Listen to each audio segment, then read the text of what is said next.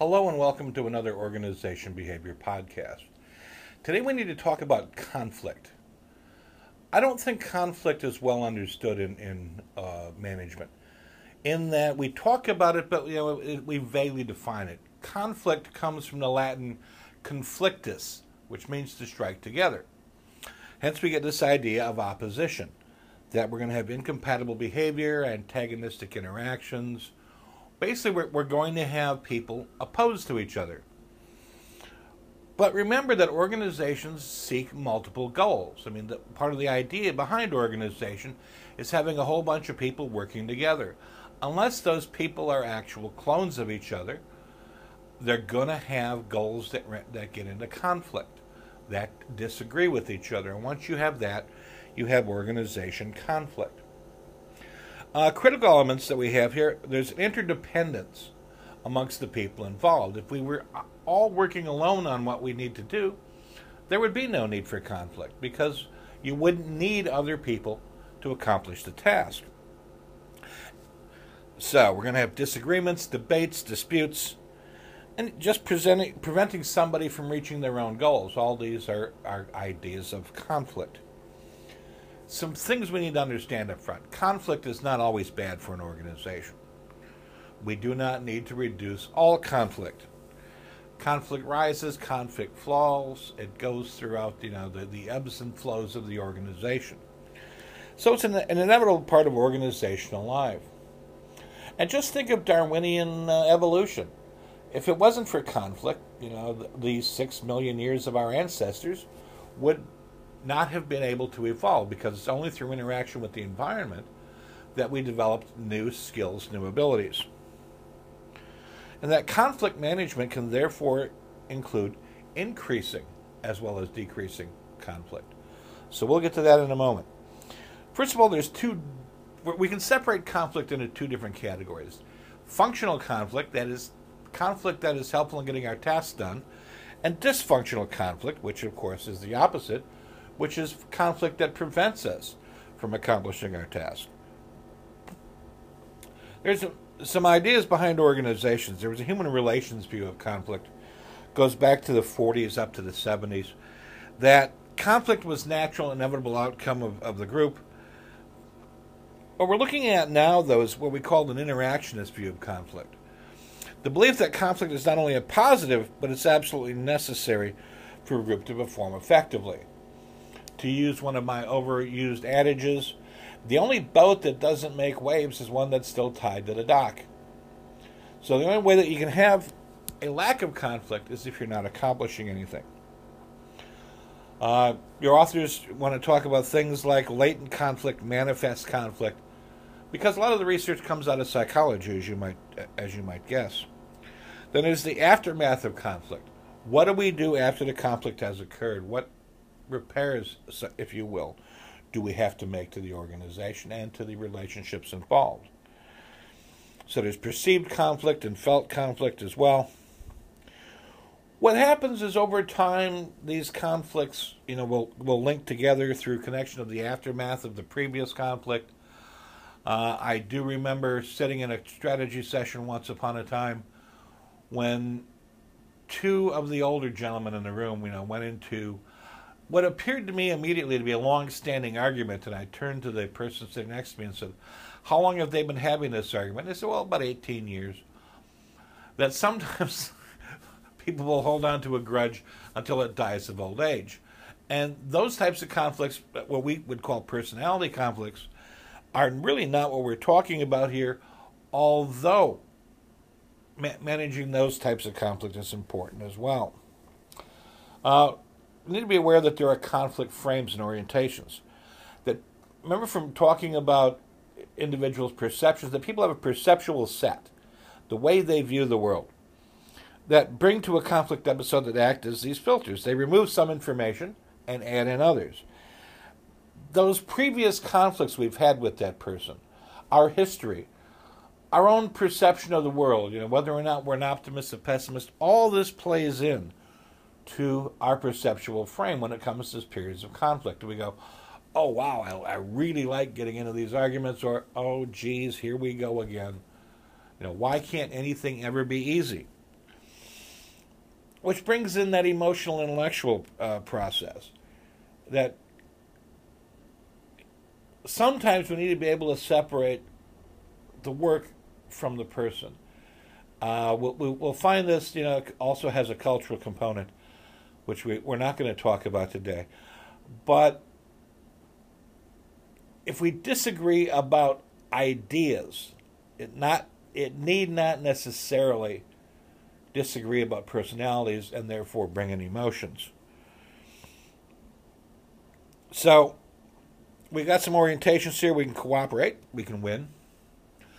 Win-win we're going to talk about in a moment here. But there's conflict orientations, dominance. I win, you lose. Simple as that. We can collaborate. We can find a solution that satisfies everyone. Well, that's a win-win relationship that Roger Fisher and his colleagues were talking about. We can compromise, split the difference. That's what we think of as a traditional negotiation. We can engage in conflict avoidance. We just back away. And we don't think much, and we just tend to avoid all conflict.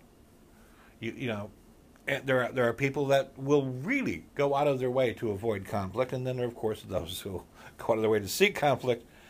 Or we can be accommodative. If we're accommodative, we're actually focusing on the other person's desires, making them happy, and not worrying about what we get out of the conflict.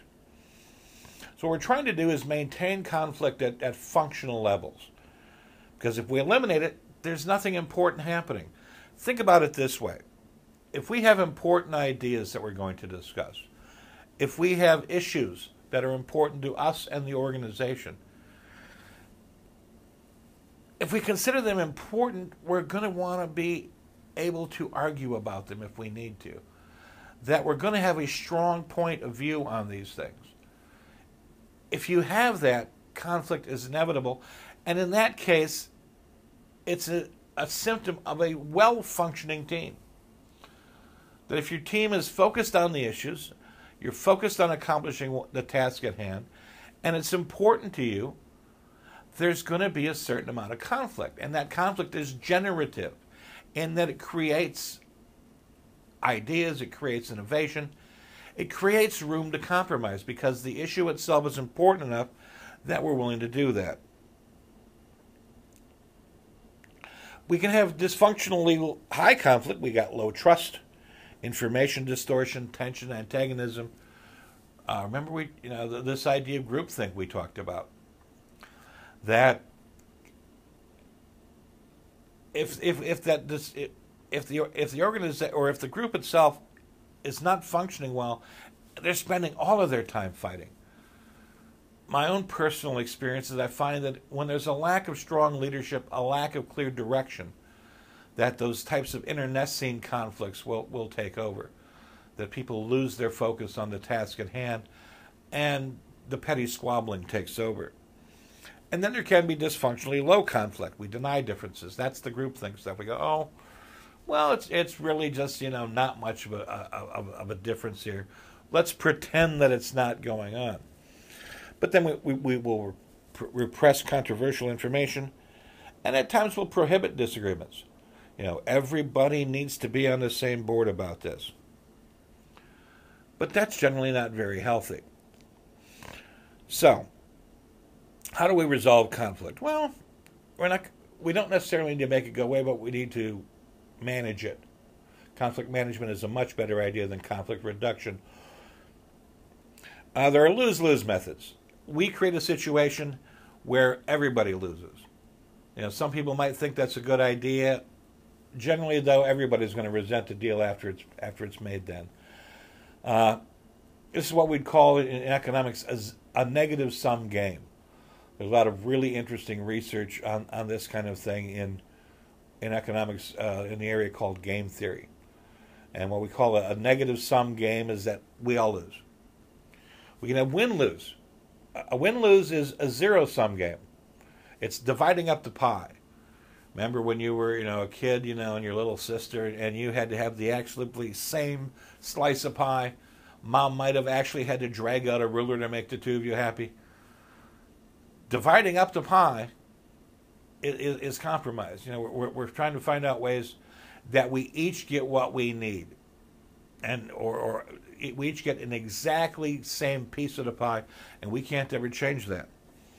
So we tend to look for win-win methods, which are generative, that rather than being distributive as a zero-sum game, that these positive-sum games tend to generate new ideas, to innovate, to create. So